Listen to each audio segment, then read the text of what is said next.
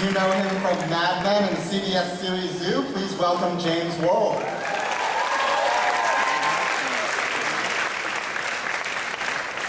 And finally, we have a bit of a Vampire Diaries reunion for Kevin and our next panelist, Paul Wesley.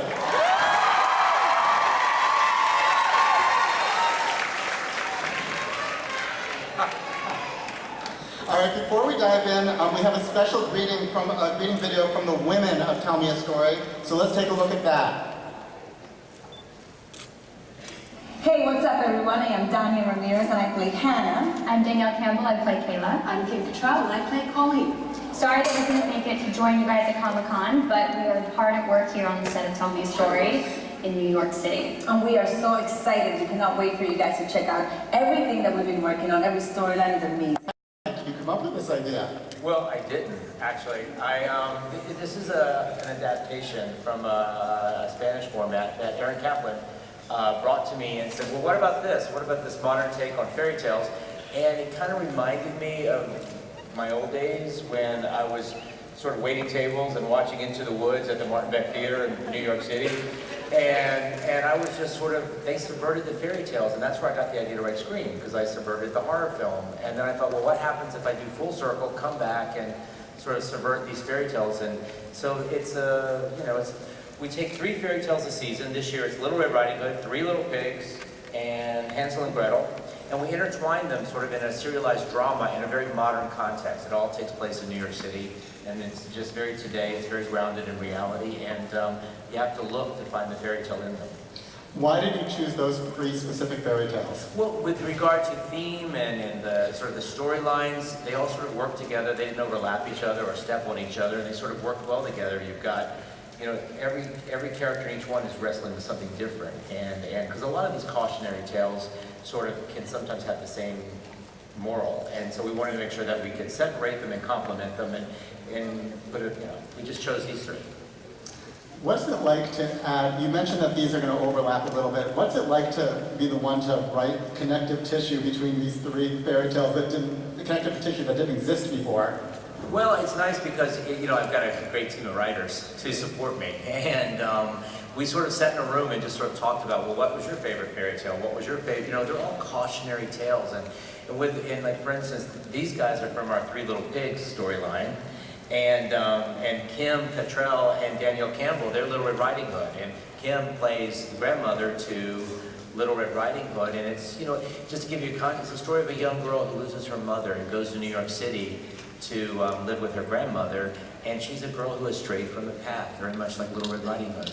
And her first night there, she's out in the club, partying, and she's and she of course meets a big bad wolf on the dance floor, and we go from there. But and it's what it really is, though. It's a beautiful story of family. It's a beautiful story of a grandmother reaching out and trying to make a difference in a young girl's life, and it's a very emotional drama that sort of has some really serious, dark undertones, which is my happy place. Nice. Paul, tell us about the character that you play. So I play a guy named Eddie, and just the first thing I'll say is that he's the exact opposite of the character that a lot of people are used to seeing me play, which is Stefan from the Vampire Diaries. This guy is, he's dead, unfortunately. Spoiler alert. Eddie's this guy who's, he's a down on his luck sort of guy who's been dealt a bad hand and unfortunately has substance abuse issues and gets put in a situation where something quite tragic occurs. Hence my character intersecting with James's character. And, I'm just thrilled that Kevin came to me with this because it's such an opportunity for me to do something different, something I haven't done in 8 years. And I'm thrilled he said yes. Yeah, so we're all thrilled. I'm excited. What's it been like to be working together again? Well, it doesn't seem like it ended. It's like right. We've always, we hang out, we're friends, and so I gave him the script early on and said, "What do you think of the script?" And he was like, "Oh, it's great." And then later I said, "Well, what do you think of this one part?" And we grew from there. It's great, I'm such a fan of Kevin's writing, and it's amazing to be doing something in New York City. It's also amazing to be doing something on a streaming service. I have to tell you, there's just really no inhibitions, and that is a huge welcome change, I think, for myself and for you, I would imagine. Yeah, Kevin, talk to us about that. What type of freedom has being on CBS All Access allowed you? Well, they've been very supportive. They seem to, they were, as soon as I went to CBS All Access and we sort of pitched it, they felt like they were all in. They sort of understood what we were trying to do here and have been very supportive and just sort of allowed us to tell the story that's been necessary. They don't, it's streaming, it's cable. You don't sort of have to adhere to sort of network broadcasting standards. So when the show goes there, it goes there. People can talk the way they talk in real life, and we can show situations and relationships in a much more grounded and real way, and sometimes that's messy and sexy, and sometimes it's bloody, and sometimes it's just dramatic. It's whatever their storyline's called. Sometimes words slip out that would otherwise be censored. So. Yeah, maybe a bomb every day. Yeah, right. Occasional F-bomb. James, tell us about your character. Yeah, so my character's name is Jordan, and as Paul was saying, we're in the same fairy tale. So we're in the Three Little Pigs and the Big Bad Wolf fairy tale. And when you meet Jordan, Jordan is loving his life. He's living a great life, and he's very happy. He's in the city. He's this very affable guy. But very quickly, he is beset with some terrible tragedy that completely turns who he is. And it takes him down a very dark path. And for me, that was an exciting, incredibly exciting adventure to go on, because to be able to sink into those depths and to play those edges and to play a very dark, gritty character is something that I've really wanted to do. And this is such a beautiful place to do that. And it's really fun. I mean, Kevin takes the Three Little Pigs fairy tale, and it's not exactly what you think it will be. There's surprises in it. Like, you won't come to our show and go like, okay, this is Three Little Pigs and the Big Bad Wolf, and I know what's gonna happen. Like, there's certain times where you're gonna get surprised who's the wolf, and you're gonna be surprised who you're rooting for. Sometimes you're gonna be rooting for the bad guy, and sometimes you're gonna be rooting for the hero. And I think as an audience member, that's gonna be really exciting. All right, James, what's your reaction when your agent comes to you and says, okay, I've got the perfect script, you're gonna be in Three Little Pigs? Yeah. Well, that's really funny. So it's appropriate. I was like, well, that's what I've always wanted to do, is just be one of the little pigs. When I first got the script, it was called, and still is called, Tell Me a Story, and for some reason, that made me lean in big time, because it's just such a beautiful thing to call a show, because we all want to be told stories. I mean, that's what entertainment is at its essence. And I think that Kevin does a really beautiful job of doing that. And after reading the first script, I was like, I'm in. Where do I sign? This is unbelievable. How about you, Paul? What drew you to the project? I mean, I think I texted you this, Kevin. I was like, listen, because Kevin sent me the script and said, what do you think of Eddie? And I said, well, first of all, this guy's gritty, he's dark. And then I texted Kevin, I said, look, man, I'm in for whatever you do. Like, whatever you want to do, I'm in. But that's not to say that this wasn't something that I was so thrilled about, but like, I want to work with this guy, I mean, really, the most exciting twists and turns on the previous show we did were, sort of, they really were able to take us by surprise. The cast, we were all really excited to read the script, and I know he's going to do the same thing here. And honestly, selfishly as well, just playing a human, playing a guy, who has issues and real problems, and it takes place in New York City. I rarely shoot in New York, and thank you. Some New Yorkers representing. That's the long-winded answer. Well, in New York City is our woods. There's a character, yeah. It's a character in the story. It's the woods where everyone strays from the path. Kevin, you mentioned this earlier, that Scream really dissected the horror genre, and you're trying to do the same with Tell Me a Story in terms of dissecting a fairy tale genre. How do you approach that, and what are you hoping the audience gets out of it? Well, it's a little different. When we were doing Scream, it was really about sort of deconstructing the rules of the horror film and the tropes of the horror film. And we do that here too. We play with the tropes, and we play with sort of, the morals and themes. For instance, Hansel and Gretel, was written in the Middle Ages, and it was about famine and starvation and hunger, and the parents would, put their kids out in the woods and abandon them and leave them to starve because they couldn't feed them. And then in our story, we have a brother and sister who have been abandoned by their parents. One is even a war vet who's been abandoned by her country, and she's scarred inside and out. These two brothers, a strange brother and sister, find some candy, and they take it. And then, of course, a big bad witch comes along with it. And they find themselves sort of running for their lives, but in the process finding themselves and sort of dealing with their abandonment issues and the fact that they have a thirst and hunger to live. So we sort of play with sort of the ideas and themes of the original fairy tales and subvert them. How clear will it be to the audience that a certain character is Hansel or a certain character is Gretel, or is it, or do you try to surprise the audience and mix it up a bit? Well, you're going to be pretty aware of who everyone is right from the get-go. But the fun part of it is it just may not be the fairy tale you're used to reading. We sort of change sort of the outcome. It's like, the Three Little Pigs is really as simple as hard work pays off. If you build a house of bricks, life will be okay. And maybe not always, certainly not today's. Because those fairy tales were written at a time and they were very, very topical. And if you had to write those fairy tales today, look at the world around us. Look in the world we live in. His character, James, is still sort of, he's this mild-mannered, quiet voice. And then, of course, something bad happens and he turns. He takes a very, very dark turn, and he goes to a very, very dark place, and it's very topical in terms of sort of Rage America, where we live today. Did any of you go back and actually sort of read the original fairy tales? Yeah. I definitely Wikipedia. That's better than I was just thinking I didn't go back and read. I mean, I know it pretty well, but Yeah. I should do that. Well, That would they're be really very, very interesting. dark, because, we're really using the Grimms and Hans Christian Andersen, and we're sort of using that as our sort of template for the fairy tales that we're sort of sending out.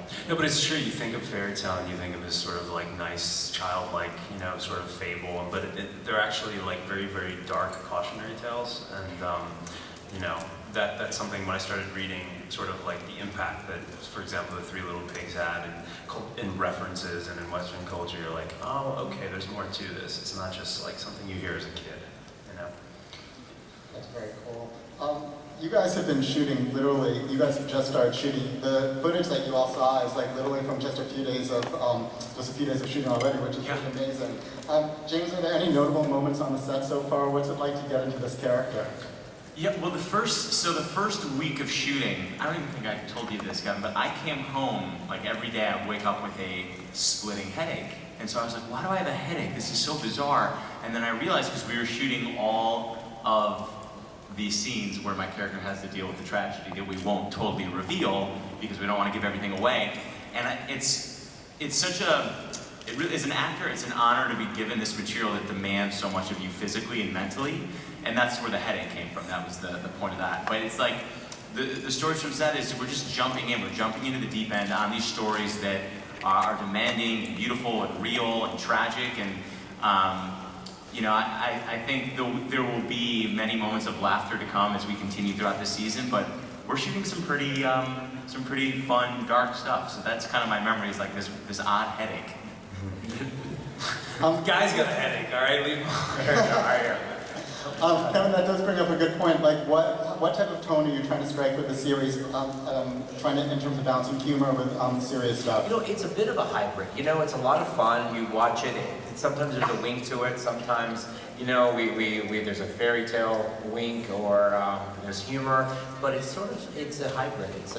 I would say it's an emotional thriller. It's a dramatic thriller. It's a drama. It's like, if you love the Vampire Diaries, I think you'll like this a lot, because it has a lot of sort of the, that sort of rapid storytelling. Has a lot of sort of, we go a mile a minute, but at the same time we slow down for all the emotional moments, and it's scary, and it has the cliffhangers that I love to write, and it has sort of the twists and the turns, which I find fun to write, and at the same time we try out some new things, and because of cable and streaming, we get to go to different places.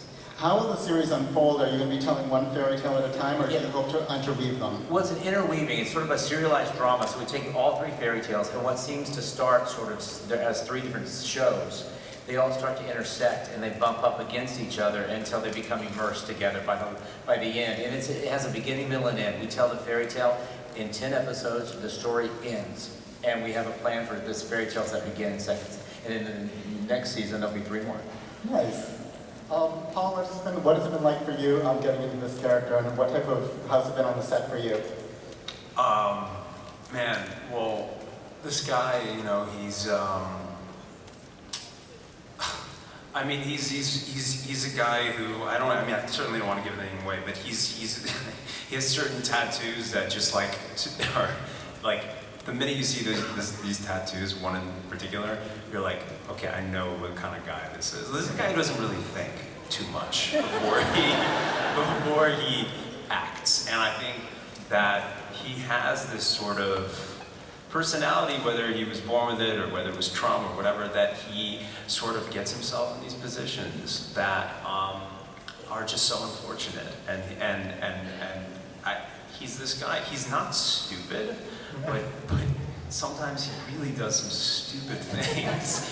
And yeah, it's been interesting. You know, there's this sort of like stereotype of like, okay, this guy's, you know, takes certain drugs, and it's like, of course, you can sort of go into that stereotype and be a druggie, but really you have to think about it as a human being who is doing something for a reason because they're trying to escape something. You know, you have to like layer it. I mean, it's really just nice to be able to process all of that, you know, and grow out a beard. Also, I'm a man in my mid-30s, okay? I was playing a 17-year-old. I get to be a man in my mid-30s again. You know, the little things. I just want to point out, you were 164 years old. Well, How long in makeup does it take you to get all the tattoos on? man, they're pretty good and they don't come off. And sometimes I go home and I rock them and I feel real intimidating on the subway. You know, like, if you only knew, I'm just an actor who was very scared of everything. But yeah, no, but they're quite quick. They slap them on, you know. Nice. Kevin, I wanted to talk to you about some of the people who aren't on the stage today. We saw a great video from the women in the cast. What qualities were you looking for in terms of bringing actors into this ensemble? Well, you know, when we were talking about, the grandmother role in this show is not your typical grandmother. And I think that you get that from the casting alone. And we sent the script to Kim, and I'm like, she's not going to say yes. You know, she says no to everything. And next thing you know, we get a phone call and goes, Kim is interested, she'd like to talk to you. And I'm like, oh. And they're like, don't screw this up, don't screw this up.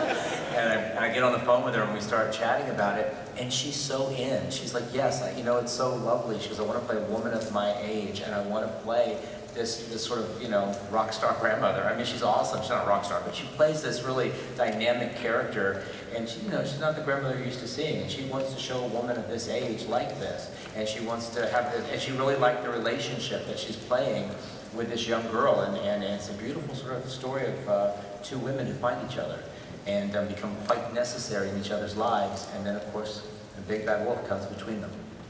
Can you talk to us a little bit about the characters that Danielle and Danya play? Well, Danielle plays Little Red Riding Hood to the storyline I just mentioned, and Danielle, her and Davi Santos play Hansel and Gretel, and they're the brother and sister who are on the run and sort of get lost in the woods trying to find their way. What type of qualities were you looking for as you were casting, putting together this great ensemble? Because this is an ensemble that has a really wide, diverse background.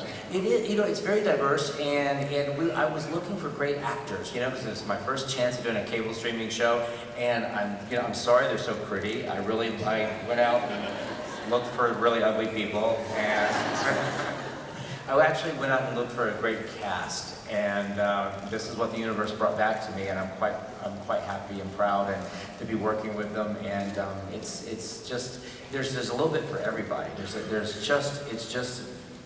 rich sort of, the show has great texture, and I feel like that also is partly because of the cast and whatever they're bringing to their roles. They're bringing so much more than what's on the page, and it's just so, it's so gratifying to be a part of. And such a big part of that is the writing, Kevin. We have to. Your part is already written. I don't know why it's buttering me up. You're not dying. I think the thing that's going to be so exciting is that I don't think there's a character that comes across the screen that isn't fully realized. Like, I think as an audience member, when you're watching something, you want to think you're watching real people doing real things. You know, that's what makes you believe. And I think all these characters have a point of view, they're all very multifaceted, and I think as an audience member, it's just going to be very Well, that comes thanks a lot to the fairy tales because they're, they come with their built-in sort of lessons to be learned in character arcs, which have been nice to sort of twist and turn. All right, we know that James has had a headache the entire time he's been filming. Paul, is there a favorite scene or anything that you've been filmed yet? Well, I don't know. What am I allowed to give away? They're doing a really good job of not spoiling I anything. know. I know, I'm trying my best to get you all some scoop. All I'll say is that, when one robs something and one must cover their face in order to not be recognized later, it's good to make sure you can actually see through it before you go and rob that thing. And I learned that. Oh, that was fun. That was day 1 or day 2 of shooting. I was like, this is not conducive to robbing. We didn't make, we didn't really, we did a lot of, we give it up. We put the mask on and we put them on all of our 3 actors on the 3 pigs, but we didn't think about running with a gun. And so yeah, that was a bit of a. It's just, yeah. And there were no stuntmen. They were all, the minute they all went running in. We were like, it was like a comedy. I was like, we gotta do a comedy about people trying to rob something. Couldn't see out of the mask. Couldn't see out of the mask. Couldn't hear anything.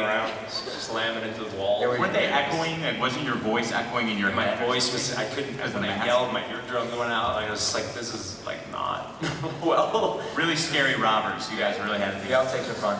Yeah, so for the blooper reel, maybe we'll see it? Maybe. For sure. We've got time for a couple audience questions.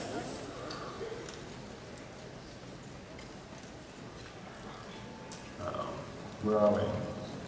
I think you were supposed to line up by the tech booth. Is the microphone over there? Let's see hands. Down there? Or we can just. I see a hand right Oh, there. I see. I see a couple hands. Yeah.